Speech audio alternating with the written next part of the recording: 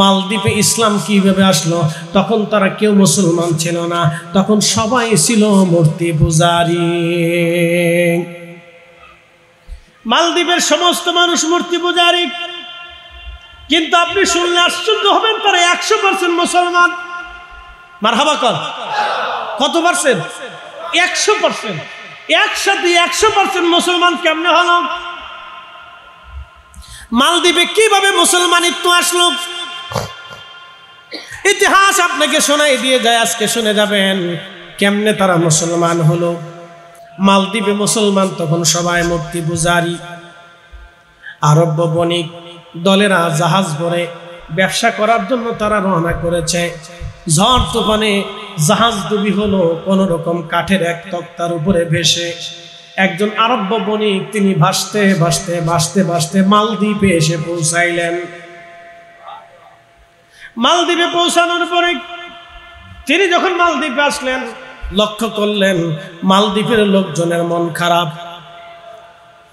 সবার মন বেজার, সবাই মনক্ষুণ্ণ হয়ে পড়ে আছে। ব্যবসা বাণিজ্য তেমন ভালো না, কেউ কারোর সাথে তেমন কথাবার্তা বলে না, সবার মন খারাপ। কারণ কি? জিজ্ঞেস করলো, তোমাদের মন কেন খারাপ হয়ে আছে? ওরা বলল, দেখো প্রত্যেক বছরে এই সাগর থেকে একটা দূত উঠে আসে। দূত উঠে আসার পরে আমাদের একজন কুমারী মেয়েকে প্রত্যেক বছর সাগরের তীরে আমাদের রেখে চলে আসতে হয়, আর এই দৈত্যটা এসে ওই কুমারী মেয়ের রক্ত পান করে চলে যায়। ওই দৈত্য জিনটা আসে কুমারী মেয়েটাকে হত্যা করে ছিন্ন বিচ্ছিন্ন করে রেখে দিয়ে এসে চলে যায়। প্রত্যেক বছরে আমরা একজন করে কুমারী মেয়ে ওই জিনের জন্য বরাদ্দ করি, নতুবা আমাদেরকে কষ্ট দেয়, ঝড় তুফান দেয়, বিপদ আপদ আসে, মুসিবত ফেরে আসে, সে আমাদেরকে হত্যা করে, মানুষ খুন করে। এইভাবে সে উগ্র, আমরা বাঁচতে পারি না, বহু চেষ্টা করেছি, কাজ হয় না। কিন্তু এই বছর আমাদের মন খারাপ কেন তুমি জানো না? এই প্রত্যেক বছর আমরা লটারি করি, প্রত্যেক বছর লটারিতে এক একজন মেয়ের নাম আসে, প্রত্যেকজন মেয়ের নাম আসে, কিন্তু এই বছর যার লটারিতে নাম আসছে তিনি আমাদের এই দেশের রাজার মেয়ে, বাদশার মেয়ের নাম আসছে। এখন বাদশার বক্তব্য হলো, আমার মেয়ের যেহেতু নাম আসছে, অতএব আমার মেয়েকে আমরা সমুদ্রে পাঠাবো। আর আমরা বলছি না, বাদশার মেয়ে আমরা দেব না। বাদশা বলে, না, তোমাদের সন্তান যদি মরতে পারে তাহলে জনগণের জন্য আমার সন্তান কেন মরবে না? আমাদের সবার মন খারাপ, রাজ পরিবারের সবার মন খারাপ, বাচ্চার একটা মাত্রই সন্তান। এখন বলো তো এই অবস্থায় আমরা কি করে খুশি থাকতে পারি? তখন ওই আরব বণিক তিনি ছিলেন মুসলমান, তিনি আল্লাহর কোরআনের হাফেজ। একবার জোরে বলা যাবে কি মারহাবা? একজন আল্লাহওয়ালা বুজুর্গ আল্লাহর ওলি, কোরআনের হাফিজ, তিনি বলতেছেন, শোনো, তোমার বাদশার কাছে আমাকে নিয়ে চলো, এই বিপদ থেকে আমি তোমাদেরকে উদ্ধার করতে পারি। লোকেরা তাকে নিয়ে চলে গেল।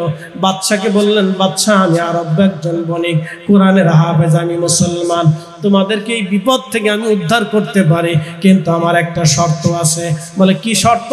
তোমরা ওই মেয়েটাকে সমুদ্রের পাড়ে পাঠাবা না, ওই সমুদ্রের যে ঘরের মধ্যে তোমরা মেয়েটাকে রেখে আসো, ওই ঘরের পাশে আমি যে বসে থাকব। আর যদি ওই দৈত্যটা চলে যায়, কোনোদিন যদি না ফিরে আসে, তাহলে বলো রাজা, তোমরা সবাই মিলে কি আমার ধর্ম মানবানি? কোরআনের হাফেজ আল্লাহর ওলি, দিন তারিখ নির্দিষ্ট। রাজা বললেন, ঠিক আছে, এই বিপদ থেকে যদি আমরা বাঁচতে পারি, ওই দানব থেকে যদি বাঁচতে পারি, তো মুসলমান, তোমাদের ধর্ম আমরা সবাই মেনে নেব। আমার দেশের এই মালদ্বীপের যত আমরা মানুষ আছি, আমরা সবাই একসাথে তোমার এই ধর্ম মেনে নেব।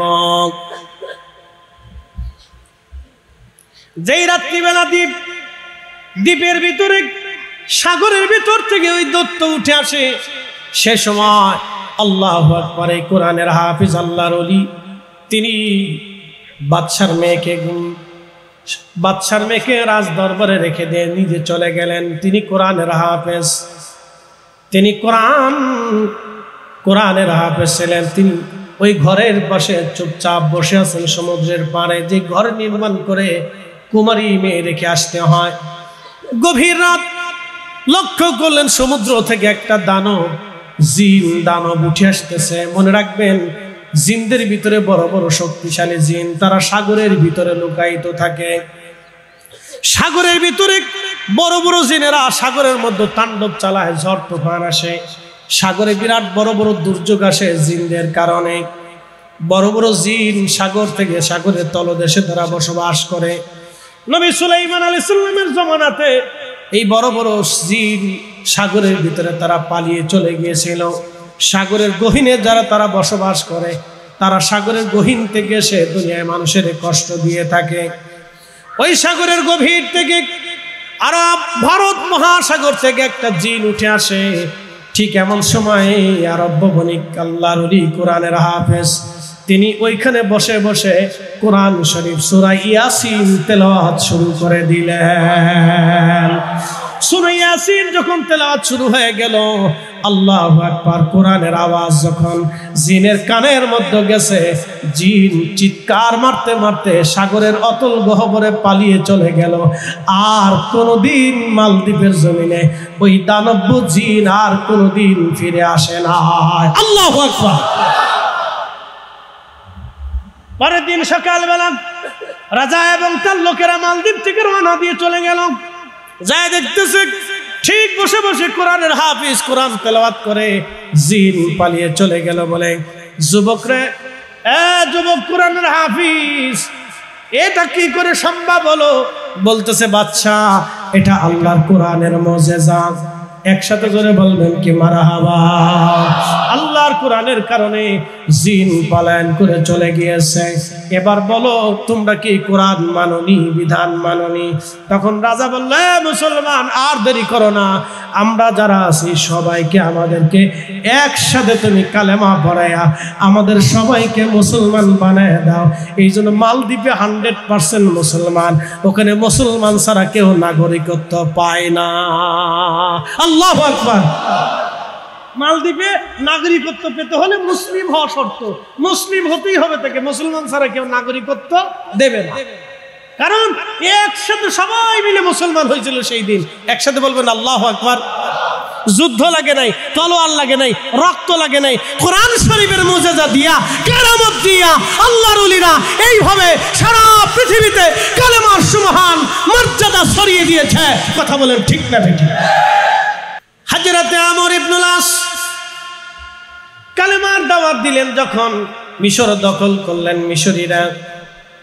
সুন্দরী মেয়ে নির্বাচন করে নীল নদের পারে নিয়ে গেল, জবাই দিবে তারা। শত শত হাজার হাজার মিশরীরা আনন্দ করতে লাগলো। আজকে তারা নীল নদের জোয়ার আনাবে। কি আশ্চর্য কথা, কুমারী নারী নিয়ে যাচ্ছে। আমর ইবনুল আস রাদিয়াল্লাহু আনহুর কাছে খবর গেল। খবর যাওয়ার পরে তিনি সৈন্যবাহিনী নিয়ে দ্রুত গতিতে দৌড়ায় আসলেন। আসার পরে দেখলেন মিশরীরা, হাজার হাজার মিশরীরা ওই সুন্দরী রূপসী কুমারী নারীকে ধরে এনে তারা জবাই দেওয়ার জন্য তারা প্রস্তুতি গ্রহণ করতেছে।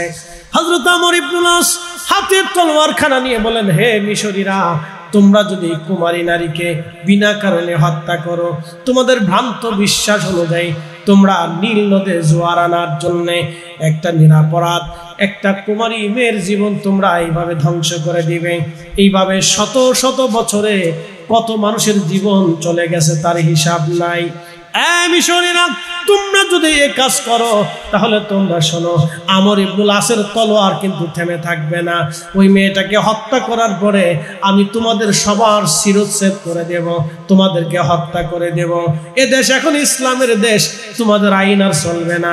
তোমরা এই মিথ্যা প্রথা, ধ্বংসাত্মক প্রথা আর চালাইতে পারবে না। আমরা মুসলমানরা জীবিত থাকতে অন্যায়ভাবে একটা সন্তানও মিশরে মারা যেতে পারে না। একবার জোরে বলা যাবে কি মারহাবা। ইসলাম ও মুসলমানের কাছে এই পৃথিবী কত নিরাপদ ছিল দেখেন। আমর ইবনুল আস বললেন, না, নিরাপদ কোনো মেয়ে মরতে পারে না। তখন মিশরীরা বলল, হে আমর ইবনুল আস, ঠিক আছে, আমাদের বিশ্বাস অনুযায়ী এই আমরা কুমারী নারীকে হত্যা করার পরে, জবাই করার পরে নীল নদের ভিতরে পানি আসে, জোয়ার আসে।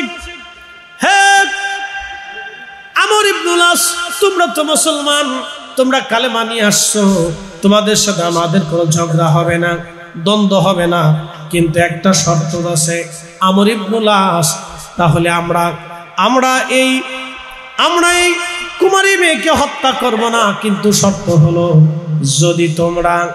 যদি তোমরা নীল নদের পানি এনে দিতে পারো তোমরা মুসলমানেরা, তাহলে আমরা এই কুমারী নারী আর হত্যা করব না। আমর ইবনুল আস চিন্তায় পড়ে গেলেন, আমি নীল নদের জোয়ার কেমনে আনাবো? জোয়ার তো আর আমার কথায় আসে না, জোয়ার তো আর আমার হুকুমে আসে না, জোয়ার তো আর আমি আনতে পারবো না। কিন্তু আমর ইবনুল আস ডাক দিয়ে বলেন, হে মিশরবাসীরা, আমাদের একজন আমির আছে, আমিরুল মুমিনিন খলিফাতুল মুসলিমিন হযরত ওমর। আমি হযরত ওমরের কাছে চিঠি পাঠাবো, উনি যা সিদ্ধান্ত দিবে তাই মানতে হবে।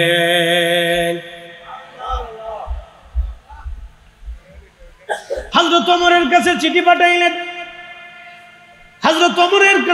পাঠাইলেন, চিঠির মধ্যে লেখা, ইয়া আমিরুল মুমিনিন সালামবাদ, আমি আমর ইবনুল আস, সেনাপ্রধান মিশর জয় করেছি, মুসলমানদের করতলগত হয়েছে, কিন্তু মিশরীদের একটা কুপ্রথা আছে, কুসংস্কার আছে।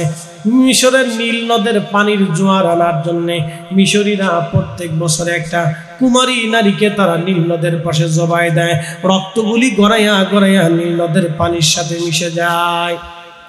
নীল নদের পানির সাথে যখন রক্ত মিশে যায় তখন নীল নদের জোয়ার আসে। ইয়া আমিরুল মুমিনিন, আমি বাধা দেওয়ার পরে মিশরীরা বলছে, যদি তোমরা মুসলমানরা যদি এই কুমারী মেয়েকে হত্যা করার বিপরীতে তোমরা পানি এনে দিতে পারো, জোয়ার এনে দিতে পারো, তাহলে আর কোনোদিন তারা নীল নদে এই কুমারী হত্যা করবে না। আমিরুল মুমিনিন, আমি এখন কি করব? আপনার চিঠির অপেক্ষায়, ফয়সালার অপেক্ষায় সাত আমর ইবনুল আস অপেক্ষা করবে। আমিরুল মুমিনিন হযরত ওমরের কাছে চিঠি চলে আসলো মদিনাতুল মুনাওয়ারায়।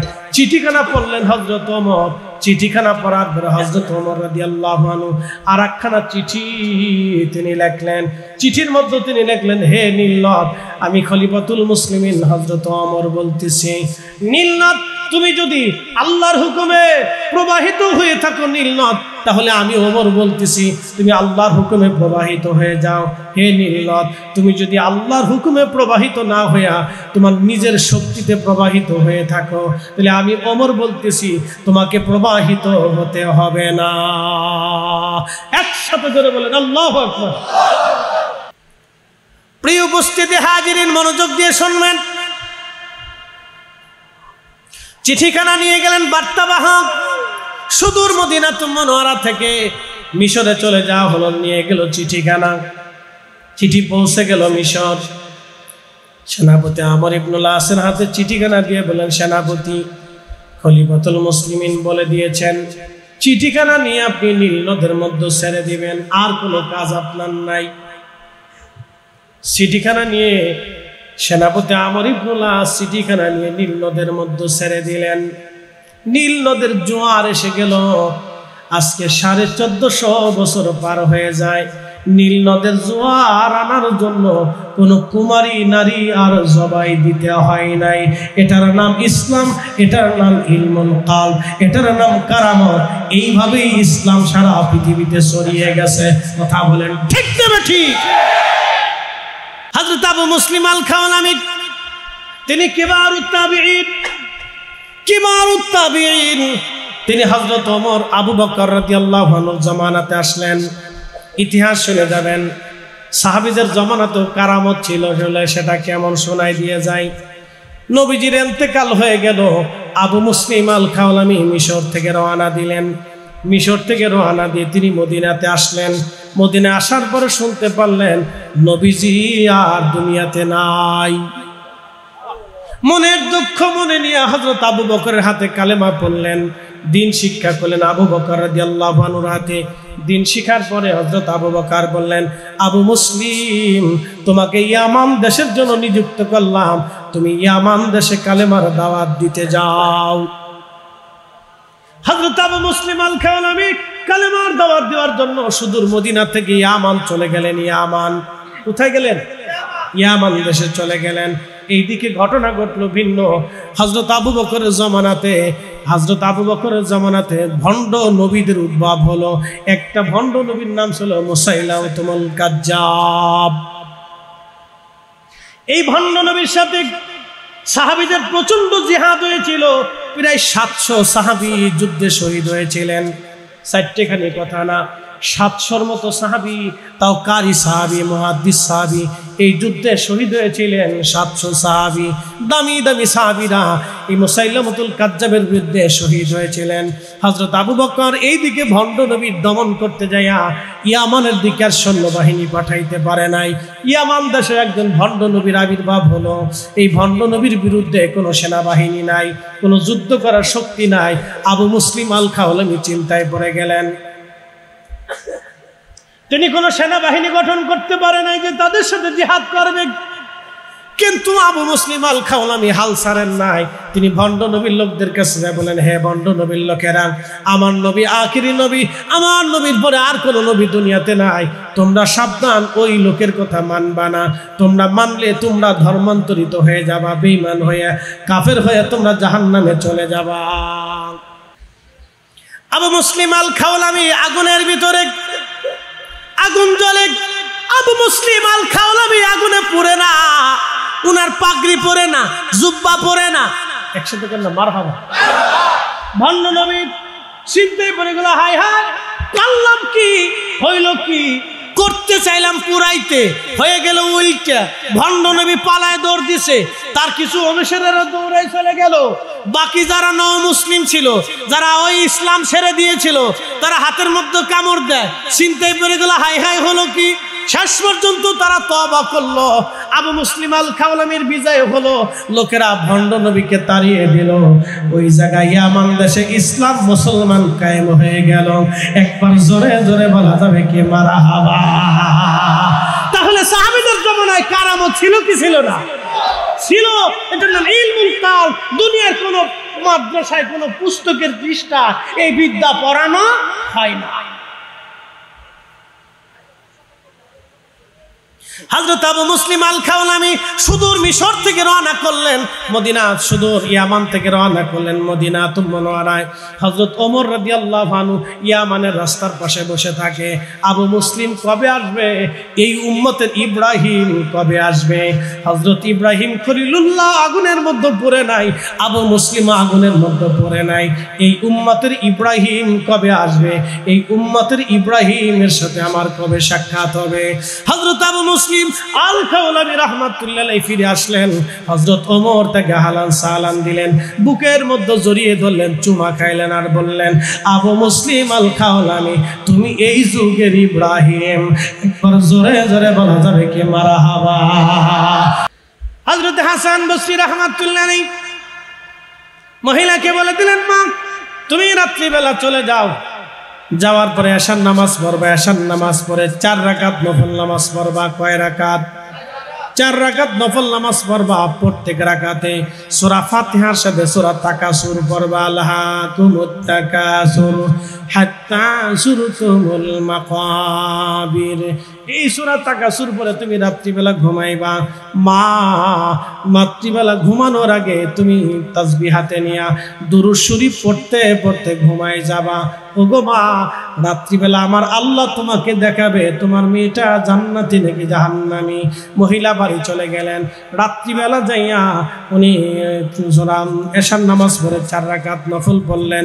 সূরা তাকাসুর দিয়া নামাজ শেষ করার পরে তাসবিহ কানা হাতে নিয়া এই মহিলা দুরূদ শরীফ পড়তে পড়তে রাত্রিবেলা ঘুমিয়ে পড়লেন।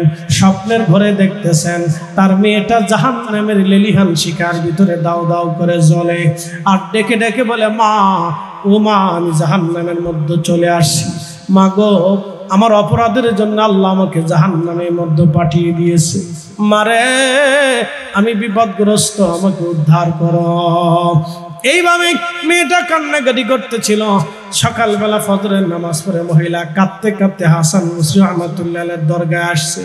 আসার পরে বলতেছে, হুজুর আমার মেয়েটা জাহান্নামের মধ্যে আছে, আপনি আমল দিয়েছিলেন, আমল করার পরে আল্লাহ আমারে রাত্রিবেলা দেখাইছে আমার মেয়ে জাহান্নামী। হুজুর গো আমি কি করতে পারি? হাসান বসরি বললেন, মা তুমি বেশি বেশি করে তোমার মেয়েটার জন্য দান সদকা করো, দোয়া করো, বাকি আল্লাহর ইচ্ছা, দেখা যাক আল্লাহর পক্ষ থেকে কি ফয়সালা হয়। পরের দিন রাত্রিবেলা হাসান বসরি রাহমাতুল্লাহ আলাইহি ঘুমাইতেছে, স্বপ্নের ঘরে দেখতেছে আল্লাহর বেহেশতের ভিতরে একটা সুন্দর মেয়ে আল্লাহর জান্নাতের উচ্চ মাকাম দিয়া ঘুরে ঘুরে বেড়ায়। ছোট্ট মেয়েটাকে ডাকতে বলতেছে, মা তুমি জান্নাতের ভিতরে কিভাবে ঘুরে ঘুরে বেড়াও? জান্নাতের এত নাজ নিয়ামত কেমনে পাইছ? মেয়েটা ডাক দেখা, হুজুর আপনি কি আমার চিনেন নাই? আমি সেই মেয়েটা, যে মেয়ের খবর জানার জন্য আমার মা আপনার কাছে গিয়েছিল। ওলিদের বাংলাদেশ শুধু ওলিদের না, সারা দুনিয়া ওলিদের। কি কথা কন না কেন? ওলিদের কি সারা দুনিয়া। তো তাদের জিয়ারত করবে না তো শয়তানের কবরের পাশে যাবা, নায়ক নায়কের কবরের পাশে যাবা, তোমার নেতাজি খাতাজির কবরের পাশে যাবা বেটা।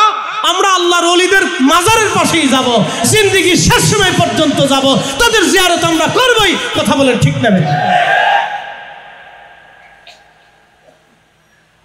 এভাবে সারা দুনিয়াতে ওলিদের সীমানা ছড়াইছে। আমি ইরানে, উজবেকিস্তানে, কাজাখস্তানে, তুর্কমেনিস্তানে, আজারবাইজানে, আফগানিস্তানে, কোথায় বলবো বলেন তো? কোথাও কোনো জায়গা নাই, সব জায়গায় সারা পৃথিবীতে অলিরা ছড়িয়েছে ইসলাম, অলিদের ইসলাম সারা দুনিয়াতে। এই জন্য সুফি, আহলুস সুফা থেকে সুফি এসেছে, সাহাবায়ে কেরাম থেকে সুফির ক্রম বিন্যাস এসেছে, হযরতে ইমাম জয়নুল আবিদিন থেকে সুফির ক্রম বিন্যাস এসেছে।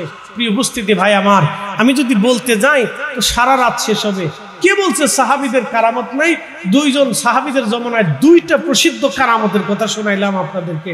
আমি যদি ইমাম হুসাইনের কারামত বলি তো রাত চলে যাবে, ওনার সন্তান ইমাম মুহাম্মদ বাকেরের কারামত বলি তো আরো সময় চলে যাবে, ওনার সন্তান ইমাম জাফর সাদেকের কারামত বলি তো আরো সময় চলে যাবে, ওনার সন্তান ইমাম মুসা কাজেম রহিমাহুল্লাহ যুবককালে কারামতি দেখিয়েছিলেন। তাও কাকে? পৃথিবী বিখ্যাত হযরত আল্লামা ইমাম শিবলি নুমানি রহমতুল্লাহ আলাইহিকে। একসাথে বলা যাবে না মারহাবা? হ্যাঁ, উনাদেরকে কারামত দেখিয়েছে। তো আমি লিখি নেই, ইমাম আবুল ফারাজ ইবনুল জৌজি উয়ুনুল হিকায়াতে 900 বছর আগে ওনার কিতাবের মধ্যে এগুলি লিখে রাখছে। এই জন্য সুফি আহলুস সুফা, আহলুস সুফা থেকে সুফি আসছে। সুফি কারা?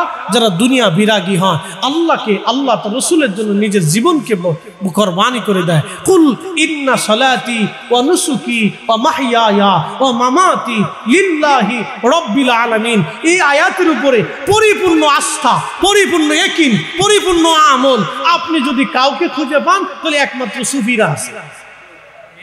কি কথা কন না কেন? কারা আছে? সুফিরা। সুফিরা ছাড়া আর কেউ নাই। আমাদেরকে বলবেন আমরাও নাই, আমরা টাকা ছাড়া কথা বলি। হ্যাঁ ঠিক আসতে কর, কেন ডরে কর, বদ্ধ করবেন না, ভয় নাই, সত্য যেটা এটা বলতেছি। টাকা ছাড়া কারো কথা নাই। মাস্টার টাকা দিয়ে পড়ায়, ওই গাড়ি টাকা দিয়ে চালায়, ওই তেল টাকা দিয়ে পান, সরকার টাকা দিয়ে চলে, আমার টাকা দিয়ে সরকার চলে, সরকারের টাকা দিয়ে আমি চলি।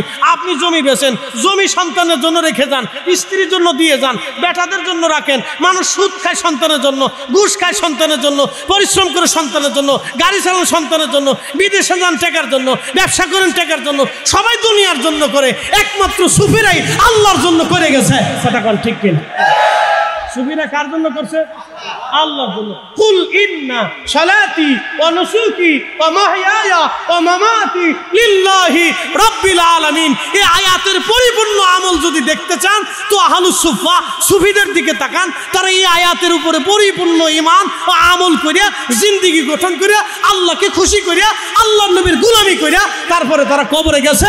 এই জন্য তাদের কবরে, তাদের মাজারে, তাদের বারগাহে, জিয়ারতে কোটি কোটি মানুষ কিয়ামত পর্যন্ত যাইতে থাকবে, বন্ধ হবে না। কথা বল ঠিক কি? আপনি ফতোয়া দিলেও বন্ধ হবে না, কাজ হবে না। এটার নাম কি? এটা চট্টগ্রামে কি কয়? ফটো না, না এমনি নাম কি? আমরা কই বুড়া আঙ্গুল, বুড়া আঙ্গুল, বৃদ্ধাঙ্গুল, বুড়া আঙ্গুল। আমাদের দেশে আরেকটা নাম আছে কলা, কলা, কলা, কলা। কিচ্ছু না, কিচ্ছু না, কলা কলা। আর যদি বোবারে খালি দেখাইতে পারেন যে তো যুদ্ধ লেগে যাবে,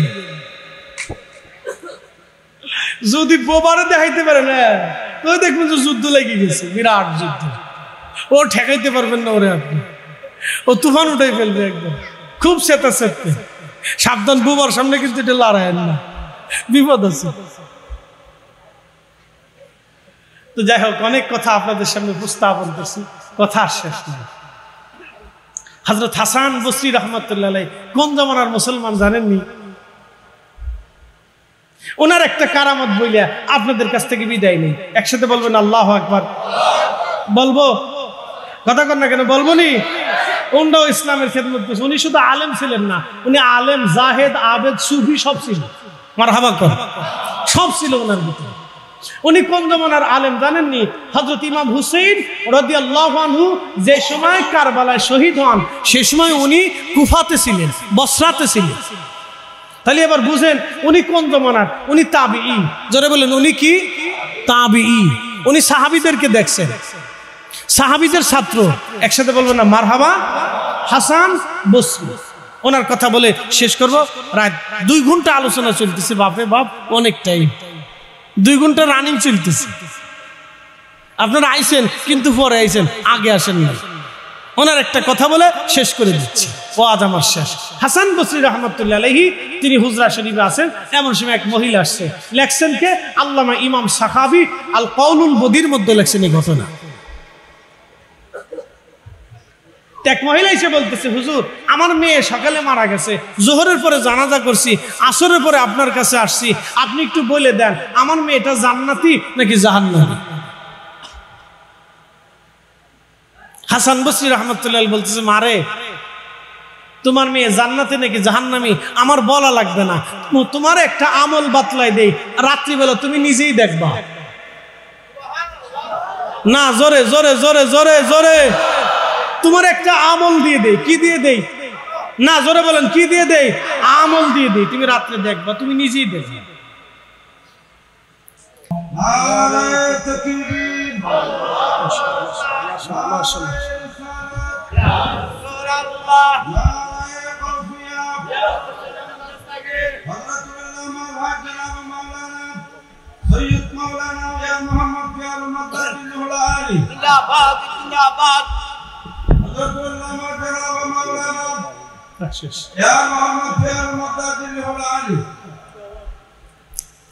আমরা সকলে বলি না মারহাবা। আমার আলোচনাও শেষ, হুজুর এসে গেছেন, হুজুর দোয়া করবেন, সাদারাত করবেন। আমি আর কথা বাড়াবো না, শেষ কথাটা বলি, শেষ করে দিচ্ছি। হুজুরকে বসিয়ে কথা বাড়ানোর আদবের খেলাফ। শুধু এতটুকুনি বলবো, হজরতে হাসান বসরি রহমতুল্লাহ আলাইহি বললেন, ও মেয়ে তুমি বেহেশতের উচ্চ মাকাম কিভাবে পাইলা? বলতেছে, হুজুর আমাকে মা যেই গোরস্থানের ভিতরে দাফন করছিল, ওই গোরস্থানের পাশ দিয়ে একজন আল্লাহর ওলি যাওয়ার সময় আমাদের এই গোরস্থানবাসীর জন্য দুরূদ শরীফ পড়ে দোয়া করছিল। এই দুরূদের উসিলায় আল্লাহ আমাদের ৭০,০০০ কবরবাসীদের গুনাহকে আল্লাহ মাফ করে দিয়ে আল্লাহর জান্নাতি বানাই দিছে ওলির দোয়ার কারণে, দুরূদের কারণে। জোরে বলেন না মারহাবা। একজন আল্লাহর ওলি আমাদের গোরস্থানের পাশ দিয়ে যাওয়ার সময় দুরূদ শরীফ পড়ে দোয়া করছিল। তাহলে এবার চিন্তা করেন, সারা পৃথিবীতে ইসলামের সুমহান আদর্শ, ইসলামের সুমহান নীতি আল্লাহর ওলিরা ছড়িয়ে দিয়েছেন, সুফিরা ছড়িয়েছেন। এই জন্য সারা পৃথিবীতে ওলি সুফিদের অবদানকে অস্বীকার করার কোনো রাস্তা নাই। সুফিদের কাছে যেই বিদ্যা আসে, এই বিদ্যাটা ইলমুল কালব হয়ে আসে। এই বিদ্যাটা সালাতুন ইয়া রাসূলুল্লাহ,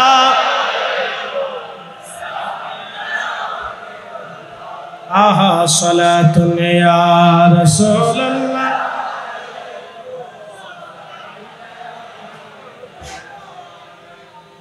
খবর লও ইয়া রাসূলুল্লাহ, খবর লও মেরে মাওলা মেরে আকা, খবর লও সালাতুন ইয়া রাসূলুল্লাহ আলাইকুম সালামুন ইয়া হাবিবাল্লাহ আলাইকুম।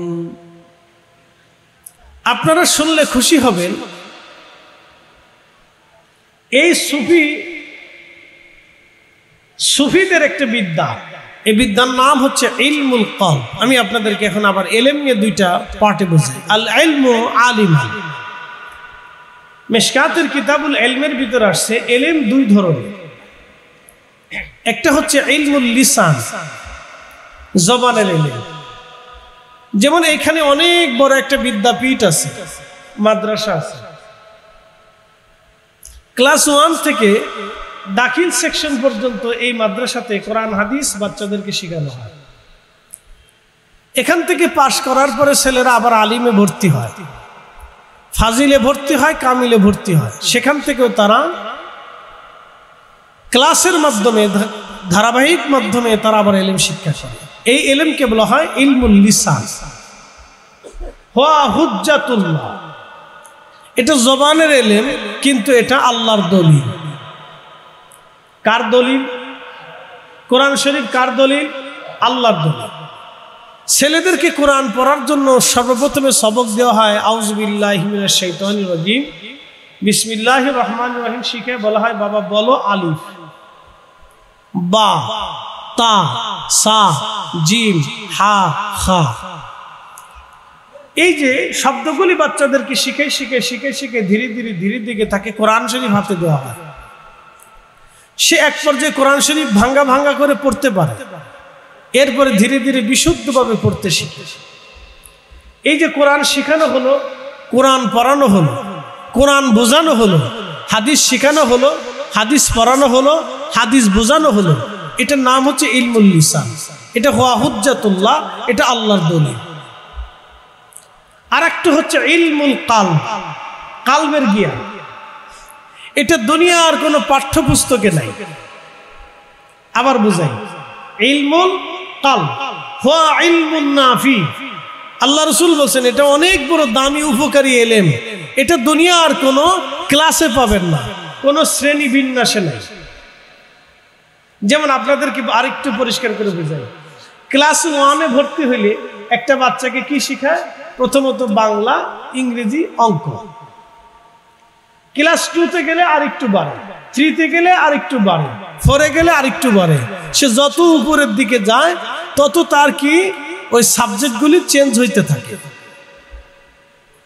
এটা দেখা যায়, বোঝা যায়, শিখা যায়। কিন্তু ইলমুল কালব যেটা, এটা দুনিয়ার কোনো পাঠ্যপুস্তকে নাই। এটা কালবের মাধ্যম দিয়ে, কালব দিয়ে, কালব দিয়ে, অলি দিয়ে, অলি দিয়ে, সুফি দিয়ে, সুফি দিয়ে দুনিয়াতে আসে। এই বিদ্যা আলাদা বিদ্যা। বলে হুজুর কিভাবে বুঝাইতেছেন? আমি আরো আপনাকে বুঝাই। আচ্ছা বলেন, আমাদের দেশের মানুষের জিনে ধরে কিনা? না, আসতে বলবেন না, জোরে বলেন, ধরে কিনা? ধরেনি। আচ্ছা, জিন ছাড়ানোর জন্য আপনি যদি আইসে বলেন যে হুজুর আপনাদের অনেক বড় মাদ্রাসা, এখানে ছেলেদেরকে কোরআন হাদিস পড়ানো হয়, আপনার ওইখান থেকে আমরা জিন ছাড়াই দিই, সম্ভব না। কারণ জিন ছাড়ানোর জন্য আলাদা বিদ্যা আছে, জিন ছাড়ানোর জন্য আলাদা কি আছে? বিদ্যা আছে। এটার জন্য আলাদা সূত্র আছে, রিয়াজত আছে, সাধনা আছে, ইবাদত আছে। আমাকে যদি আইসে বলেন হুজুর আপনি আজকের প্রধান বক্তা, আপনি দয়া করে জিন ছাড়াই দেন, আমি পারবো না। কারণ এই বিদ্যা আমার নাই, এই রিয়াজত আমার নাই, এই সাধনা আমার নাই। যে এই সাধনা করে, যে এই শিক্ষা অর্জন করে, তার জন্য শিখার জন্য দুনিয়ার কোনো সিলেবাসে এই পদ্ধতি নাই। এই পদ্ধতি ওনার এক উস্তাদের কাছ থেকে উনি শিখে আসছে, উনি আবার ওনার আরেক ছাত্রকে শিখাই দিয়ে গেছে। এইভাবে শিখাই শিখে শিখে শিখে আসে। দুনিয়ার কোনো ক্লাসে এই বিদ্যা নেই, দুনিয়ার কোনো ক্লাসে এই বিদ্যা নেই। ইলমুল কালব এরকম একটা বিদ্যা, দুনিয়ার কোনো ক্লাসে এই বিদ্যা নেই। কথা কি আপনারা বুঝেননি? আমার বিষয়টা কিন্তু খুব মারাত্মক। এটার ওয়াজ আজকে সারা রাতে শেষ হবে না। যে বিষয় দিছে এই বিষয়ের ওয়াজ সারা রাত্রেও শেষ হবে না। এটার অভাবে আজকে আমরা মুসলমানদের কি করুণ পরিণতি হয়েছে আমি বুঝাইতেছি আপনাদেরকে। আর এটা যেই দিন ছিল সেই দিন মুসলমানদের কি হয়েছিল, আর এটা না থাকার কারণে আমাদের কি হয়েছে আমি বুঝাইতেছি আপনাদের, খালি বুঝে যাবেন, শিখে যাবেন। রাস্তাঘাটে যারা ঘুরতেছেন ঘুরে কোনো লাভ নেই, বাড়ি যারা বসে রয়েছেন বাড়িতে থেকে বসেও কোনো লাভ নেই। প্রত্যেক দিন আসবেন, প্রত্যেক দিন এক একজন আলেমের কাছ থেকে এক এক ধরনের বক্তব্য শুনবেন। কারণ আজকের যেই সাবজেক্ট ওয়ারি আলোচনা, কোনো আলেমকে কোনো বিষয়ের সাথে মিলাই দেওয়া হয় নাই, এক একজনের এক এক বিষয় দেওয়া হয়েছে, যাতে কারো কথার সাথে কারো কথার মিল না হয়। বসে বসে কথা শুনে যান। একসাথে বলেন তো আল্লাহু আকবার। না, আওয়াজ দিতে হবে, আরো জোরে বলেন। না, গলা সাইডে দিয়ে বলেন আল্লাহু আকবার। হ্যাঁ, মুসলমানের আওয়াজ দুর্বল হয় না, মুসলমানের আওয়াজ সবল হইতে হবে। কারণ আমার আল্লাহ দুর্বল না, আমার আল্লাহ সবল। আপনি ইসলাম এইভাবে পেতেন। ইসলাম অলিরা নিয়েছেন, অলিরা দিয়েছেন, চিরসত্য। ইন্দোনেশিয়াতে যান, ব্রুনাইতে যান, ফিলিপাইন্সে যান, সমগ্র পৃথিবীতে যেখানে মুসলিম অধ্যুষিত সেখানেই অলিদের অবদান। অলিরা ইসলাম দিয়েছেন, অলিরা ইসলাম শিখিয়েছেন, অলিরা দেখিয়েছেন রাস্তা। সারা পৃথিবীতে অলিরা রাস্তা দেখিয়েছেন। সাহাবে কেরাম রাস্তা দেখানোর পরেই অলিরা রাস্তা দেখিয়েছেন। আর মুহাদ্দিস যারা, তারা হাদিসের খেদমত করেছে। সিয়াসিতের ইমাম, হাদিসের ইমাম, তাফসীরের ইমাম, ফিকহের ইমামরা তারা ইলমের খেদমত করেছেন। আর সুফিরা তারা ইসলামের খেদমত করেছেন। আর মুজাহিদরা তারা জিহাদের খেদমত করেছেন। একসাথে বলবেন না মারহাবা? মনোযোগ দেন। সুফি, আহলুস সুফা, আহলুস সুফা থেকে সুফি। একটা ঘটনা আপনাদেরকে শোনাই। প্রশ্ন রাখে অনেকে, আরে তোমার আব্দুল কাদের জিলানী রহমতুল্লাহ এত কারামত, খাজা বাবা আজমিরির এত কারামত, মুজাদ্দিদ আল ফসানির এত কারামত, বাহাউদ্দিন নকশবন্দ বুখারীর এত কারামত, বদর শাহ আউলিয়ার এত কারামত, হযরতে আপনার আমানত শাহ রহমতুল্লাহ এত কারামত, তোমাদের ওলিদের এত কারামত, সাহাবীদের তো কোনো কারামত নেই। অনেকে জিজ্ঞাসা, সুন্দর একটা কথা, কিন্তু চমৎকার যুক্তি দিয়ে বোঝায়, সাহাবীদের তো কোনো কারামত নাই। তাহলে সাহাবীরা কি তোমাদের ওলিদের চাইতে কম দামি নাকি? তোমাদের ওলিদের থেকে তো বহু দামি সাহাবীরা, কথা তো সত্য। এখন প্রশ্ন করি, জবাব দিবেন। সাহাবীরা কার ছাত্র? নবীজি, আল্লাহর হাবিবের ছাত্র, কথা ঠিক আছে না? সাহাবীরা রাসূলকে দেখছে। আচ্ছা, রাসূল যে সময় দুনিয়াতে আসে ওই সময় নবীজির মুজিজা চলে, কি কথা কন না কেন? তো নবীজির মুজিজা যখন চলে তখন তার সাহাবীদের কারামতের দরকার নাই। কারণ মুজিজা, সূর্যের আলো থাকলে আমাদের আর চেরাগের আলোর দরকার না, কথা কন? সূর্যের আলো থাকলে আপনারা কি লাইট জ্বালাইতেন না? জোরে বলেন, জ্বালাইতেন? সূর্য নাই বিধায় তো লাইট জ্বালাইছেন। তো সূর্য হলো নবী, নবীজি যখন আসে তখন আর সাহাবীদের কারামতের দরকার নাই। রাসূলের ইন্তেকালের পরে তখন ওলিরা, সাহাবীরা, তাবিরা, তাবে তাবিরা, উলামারা কারামত দেখাইছেন। কারণ ওই সময় বাতি না জ্বালাইলে অন্ধকারে বাতিকে জ্বালাবে, কথা কন না? ঠিক না? শয়তানরা আপনার বহু যুক্তি দিবে, যুক্তি মাথায় নিবেন না কিন্তু, সাবধান। তারপরেও রাসূলের একজন সাহাবীর কারামত শোনাই দিয়ে যায়, তিনার নাম হযরত ওমর রাদিয়াল্লাহু আনহু। একসাথে বলবেন মারহাবা। বর্তমান মিশর, বর্তমান নাম কি? জোরে বল। মিশর, বর্তমান নাম মিশর। এই মিশরে ইসলাম বিজয় করার জন্য হযরত আমর, দুঃখিত, ওমর রাদিয়াল্লাহু আনহু তিনি সেনাবাহিনী পাঠাইলেন। আমর ইবনুল আস রাদিয়াল্লাহু আনহুর নেতৃত্বে মুসলমানদের মিশর বিজয় হলো। কিন্তু মিশরীদের একটা প্রথা ছিল, নীল নদ। নদীর নাম কি? না, একসাথে বলেন, নদীর নাম কি? নীল নদের উৎস কোথায় জানেননি? উগান্ডা। নীল নদের উৎস কোথায়? উগান্ডা। উগান্ডা আফ্রিকার দেশ উগান্ডা। উগান্ডা যেখান থেকে নীল নদের পানি আসে, সেই পানি কোথার থেকে আসে জানেন? মাটির নিচ থেকে আসে। কোথার থেকে আসে? মাটির নিচ থেকে পানি আসে। উগান্ডা যেখান থেকে নীল নদের উৎস, এখান থেকে মাটির নিচ থেকে পানি উঠে। আল্লাহর নবী বলেছেন, আমার উম্মত তোমরা শোনো, পৃথিবীতে দুইটা নদী বেহেশত থেকে আসে, একটা নদীর নাম নীল নদ আর একটা নদীর নাম ফোরাত নদ।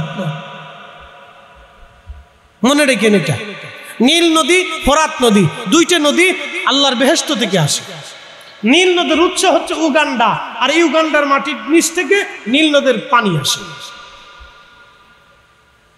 কিন্তু মিশরে নীল নদে তখন জোয়ার আসতো, জোয়ার চলে যেত।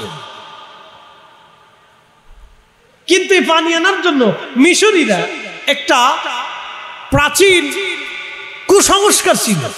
তার একটা সুন্দরী রূপসী কুমারী অল্প বয়স্ক নারীকে ধরে নিয়ে নীল নদের পাশে নিয়ে তারা জবাই দিত, বলি দিত। এই ছোট্ট মেয়ের রক্ত গড়িয়ে গড়িয়ে নীল নদের পানিতে যখন যায় মিশত, তখন নীল নদে জোয়ার আসতো। এটা ছিল মিশরীদের বিশ্বাস।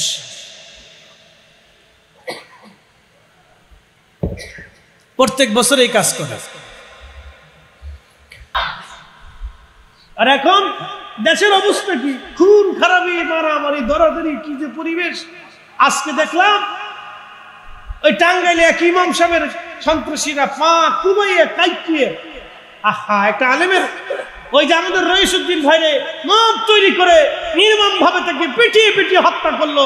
এইভাবে যদি এইভাবে যদি চলতে থাকে তাহলে আগামীর বাংলাদেশ ধ্বংসের দ্বার মুখে চলে যাবে। কথা বলেন ঠিক কিনা?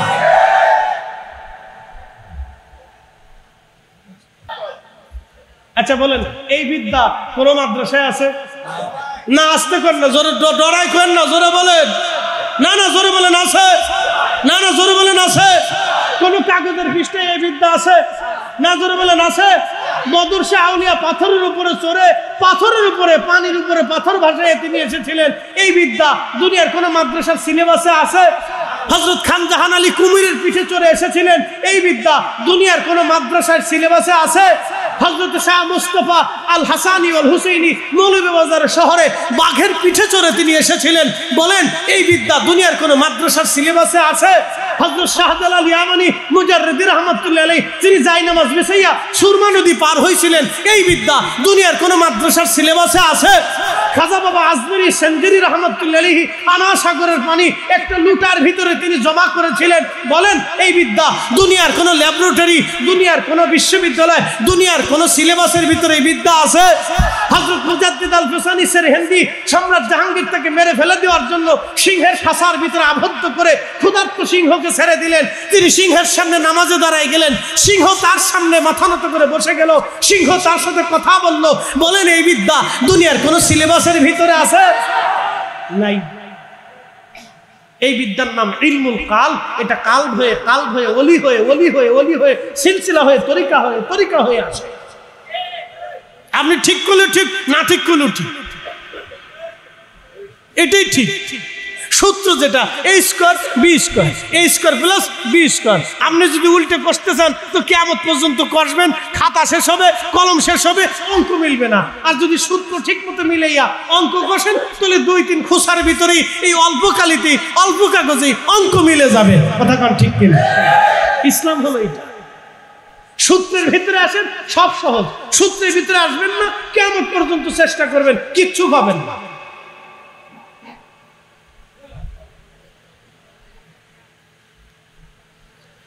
হযরত ওমর রাদিয়াল্লাহু আনহু চিঠি লিখলেন। চিঠি নীল নদের নামে লিখলেন। একসাথে কর না, মারহাবা। কার নামে? নীল নদের নামে চিঠি লিখলেন। দেখেন, চিঠি লিখা ভাস করে বার্তাবাহকের হাতে দিয়ে বললেন, তুমি চিঠি নিয়ে যাবে আমর ইবনুল আস সেনাপ্রধানকে বলবে চিঠিখানা নিয়ে যেন নীল নদের পানির ভিতরে ছেড়ে দিয়ে আসে, বাকি চিন্তা তার করতে হবে না। আল্লাহু আকবার বললেন না? না, জোরে বলেন। তাহলে সাহাবীদের কারামত আছে না নাই? জোরে বলেন, আছে না নাই? এই ঘটনা কিন্তু নবীজির ইন্তেকালের বহু বছর পরে। নবীজির ইন্তেকালের কত বছর পরে? বহু বছর।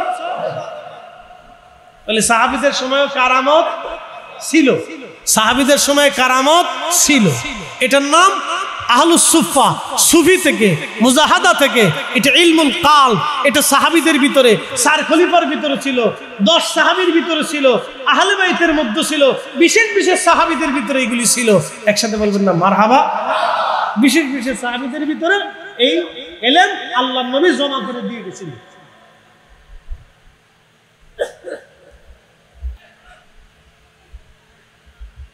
ওলিদের নাম শুনলে হাসি,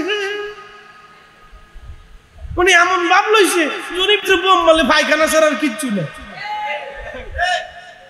বিরাট বুজুর্গ ইস এমন ভাব লইছে সাইকুল আলা।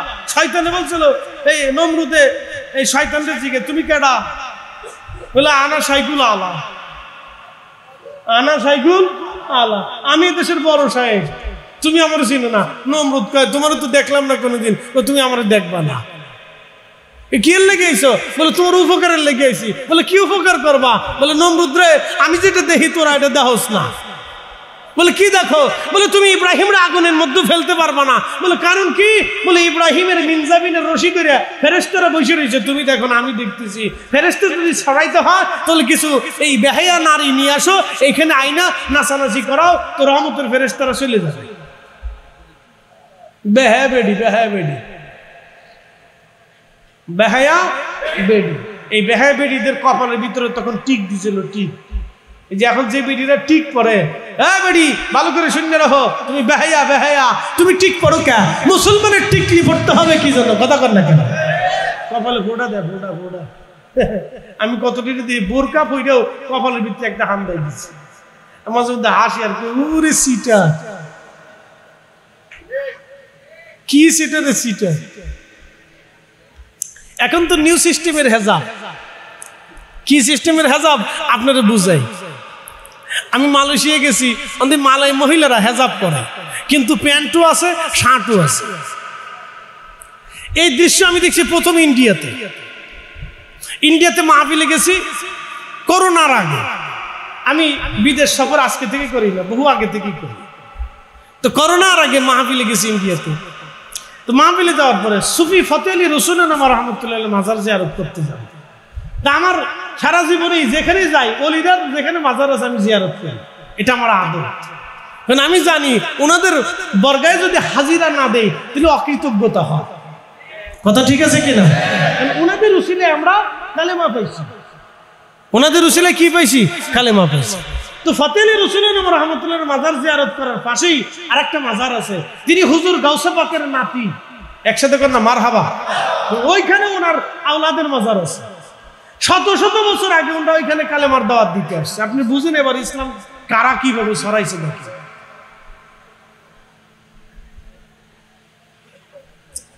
তা আমি মাজার জিয়ারত করার উদ্দেশ্যে বাসে উঠছি, তো দেখি এক বেডি বাসের ভিতরে উঠছি। বেডির প্যান্ট পরা, শার্ট গায়ে দেওয়া, মাথার ভিতরে হেজা। তা আমি ঘটনা চিন্তা করছি, আমি তো জীবনে এটা কোনোদিন দেখছি না, প্রথম প্রথম। তা আমি কি ব্যাপার কি, বেডি হেজাব পরা, আবার প্যান্টু পরা, শার্টু গায়ে দেওয়া, এটা কেমন হইলো? আমি চিন্তা করতেছি এটা কেমন মুসলমান যে প্যান্ট পরছে, শার্ট গায়ে দিছে, ও বেডির আবার মাথায় হেজাব বাঁধার দরকার। মানে সিস্টেমটা এরকম। খুব নেকি একজনের শুনছে ভাইরে পাগড়ি মাথায় দিও 70 গুণ সওয়াব। কত গুণ সওয়াব? পাগড়ি মাথায় দিলে 70 গুণ সওয়াব। এই সওয়াবের আশা এই বেটা কি করছে, লুঙ্গিরে টাইম দিয়ে খুলে মাথার ভিতরে পাগড়ি বেঁধে লাইছে।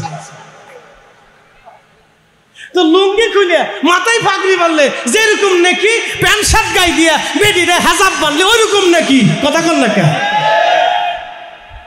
আমি হাসি আরে খোদা, হেজাব কোন দিকে চলে গেছে? মালয়েশিয়া বছর যাই দিই ওই সিস্টেমের হেজাব। আমি হাসি আরে খোদা, কোন দেশে কোন সিস্টেম চলে এসেছে, সর্বনাশ। মহিলারা প্যান্টু পরে, শার্টও গায়ে দেয়, আবার হেজাবও বাঁধে। পাগলের দেশ কোথাকার। এটা বাংলাদেশে আসতেছে ধীরে ধীরে ধীরে ধীরে ধীরে ধীরে ছড়াইতেছে। এগুলি হতে দেওয়া যাবে? একসাথে বলুন, হতে দেওয়া যাবে? তাহলে পর্দা থাকবে না। জোরে বলেন, কি থাকবে না? পর্দা থাকবে না। পর্দা ধ্বংস হয়ে যাবে, পর্দা শেষ।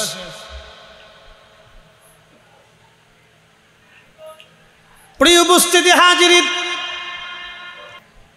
কিন্তু মনে রাখবেন মানুষ সবসময় নেগেটিভের দিকে বেশি ধাবিত হয়। এই শোনেন, আমার দিকে শোনেন, মানুষ মন্দ প্রবণ। আবার শোনেন, মানুষ মন্দ প্রবণ। ভালো করে শোনেন, মানুষ কি প্রবণ? মন্দ প্রবণ। মানুষ মন্দ্রপ্রবণ। দুধ রাখবেন, দুধ খাবে না, কিন্তু পাশে মদ রাখবেন, মদ খাবে। কে আসতে ঠিক করুন, কে জোরে বলেন। দুধ খাবে না, দুধ খাবে না, পাশে মধু রাখবেন, মধু খাবে না, কিন্তু পাশে যদি বাবা রাখেন, ইয়াবা রাখেন, তো ইয়াবা খাবে। মানুষ মন্দ প্রবণ। মানুষ কি প্রবণ? মন্দ প্রবণ। মন্দের দিকে মানুষের মন ঝুঁকে চলে যায়, বেশিরভাগ খালি মন্দের দিকে চলে যায়।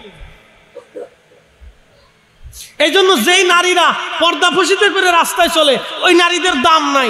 যেই বেডি ল্যাংটা হইয়া কুকুর জুকুর করে সরে, ফুলাফান ওই বেডির পিছনে পিছনে দৌড়ায়। এলে মন্দ প্রবণ। হ্যাঁ, মনে রাখবেন, মানুষ মন্দ প্রবণ। মানুষের দিল মন্দের দিকে চলে যায়, বারবার খারাপের দিকে চলে যায়। সূত্র এটা আমার বক্তব্য না, মানুষের দিল মন্দ প্রবণ। দেখবেন সারা রাত ভরে এই নাটক, সিনেমা, এইটা সেটা, বেডি বিডি, নাচানাচি, এগুলি দেখবে, কিন্তু কোরআন শরীফ পড়বে না। কথা কন না, ঠিক কিনা? মানুষ মন্দ প্রবণ। এগুলো সূত্র, এগুলো শিখবেন, এগুলো বুঝবেন, দরকার আছে। মানুষ মন্দ প্রবণ।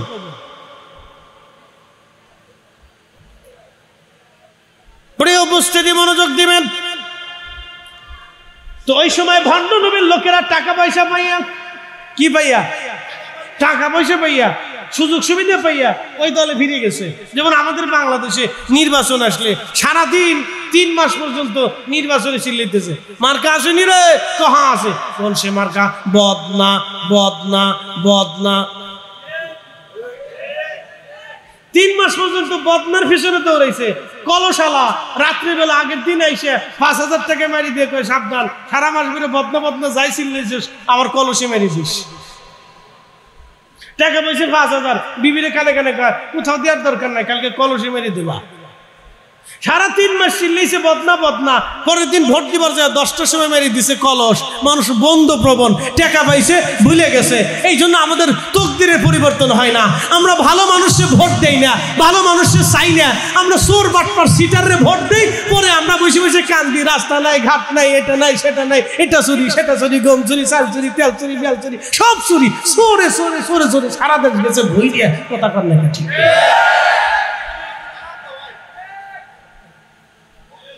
মন্দ প্রবণ। একসাথে বলেন, কি প্রবণ? মানুষ মন্দ প্রবণ। তো মুসাইলাম ওই ভণ্ড নবীর পক্ষে বহু লোক চলে গেল। কিছু মুসলমানরা কালেমা পড়ছিল নতুন নতুন, তারাও চলে গেল। আবু মুসলিম আল খাওলামি চিন্তায় পড়ে গেলেন, হাই হাই, আমার সৈন্যবাহিনী নাই, হযরত আবু বকর সৈন্য পাঠাইতে পারতেছে না, আমি এখন কি করব? তিনি হাল ছাড়েন নাই, তিনি দাওয়াত দিতেই লাগলেন। একা প্রতিরোধ গড়ে তুললেন। একসাথে বলবেন আল্লাহু আকবার। একা, ধরে বলেন কি? একা। তিনি তো সাহাবী না, তিনি তাবী। তিনি কি? তাবী, সাহাবী না, তাবী। হযরত আবু বকর রাদিয়াল্লাহু আনহুর ছাত্র, তিনি তাবী। একা পড়ে গেলেন। ভণ্ড নবীর বহু লোকেরা তাকে ধরে নিয়ে গেল, ধরে হাত পা বেঁধে রাখলো, তাকে মেরে ফেলবে। আবু মুসলিম আল খাওলামি বললেন, হে ভণ্ড নবীর লোকেরা, তোমাদের সাথে আবার একটা চ্যালেঞ্জ হয়ে যাক। বলে, কি চ্যালেঞ্জ? তোমরা তো আমাকে মেরে ফেলবা, কেমনে মারবা? বলে, তোমাকে আমরা আগুনের মধ্যে পুড়িয়ে মারবো। আবু মুসলিম আল খাওলামি বললেন, হে ভণ্ড নবীর লোকেরা, তাহলে একটা চ্যালেঞ্জ হয়ে যাক, তোমরা আমাকে আগুনের মধ্যে ছেড়ে দাও। আগুন যদি আমাকে পোড়ায় তাহলে আমার নবী মিথ্যা, আর আগুন যদি আমারে না পোড়ায় তাহলে আমার নবী সত্য। তোমাদের এই ভণ্ড নবী মিথ্যা নবী। একবার জোরে বলা যাবে কি ইয়া রাসূলুল্লাহ? কারামত কেমনে আসে ভালো করে দেখেন।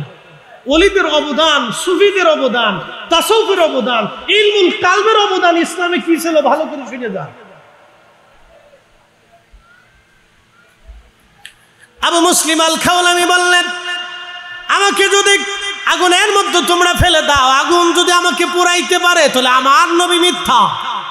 একসাথে বলবেন আল্লাহু আকবার। এরকম চ্যালেঞ্জ আমরা দিতে পারবো?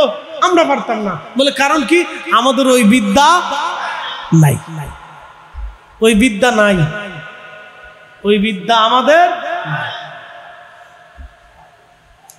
নদীর ভিতরে গেলে কর্ণফুলির ভিতরে নৌকা নিয়ে ডিঙ্গি নৌকা নিয়ে যদি পার হইতেছেন আর ঝড় যদি তুফান উঠে আসে তাহলে বুঝবেন যে কলিজার ভিতরে কেমনে পানি থাকে। আমি পদ্মা নদীতে একবার পড়ছিলাম এরকম, আইয়া বেডি শিক্ষার পরে, বেড়া শিক্ষার পরে, পুরুষে পারে, বাচ্চারা পারে, সবাই শিক্ষার পরে, আল্লাহ বাঁচাও আল্লাহ বাঁচাও, কলিজা টলিজা সব গেল শুকাইয়া। পদ্মা নদীর স্রোত খুব মারাত্মক স্রোত, তখন পদ্মা সেতু হয়েছিল না। ওই রাস্তা দিয়ে কত গেছি আসছি, কত মানুষ ডুবে মরছে তার হিসাব নেই।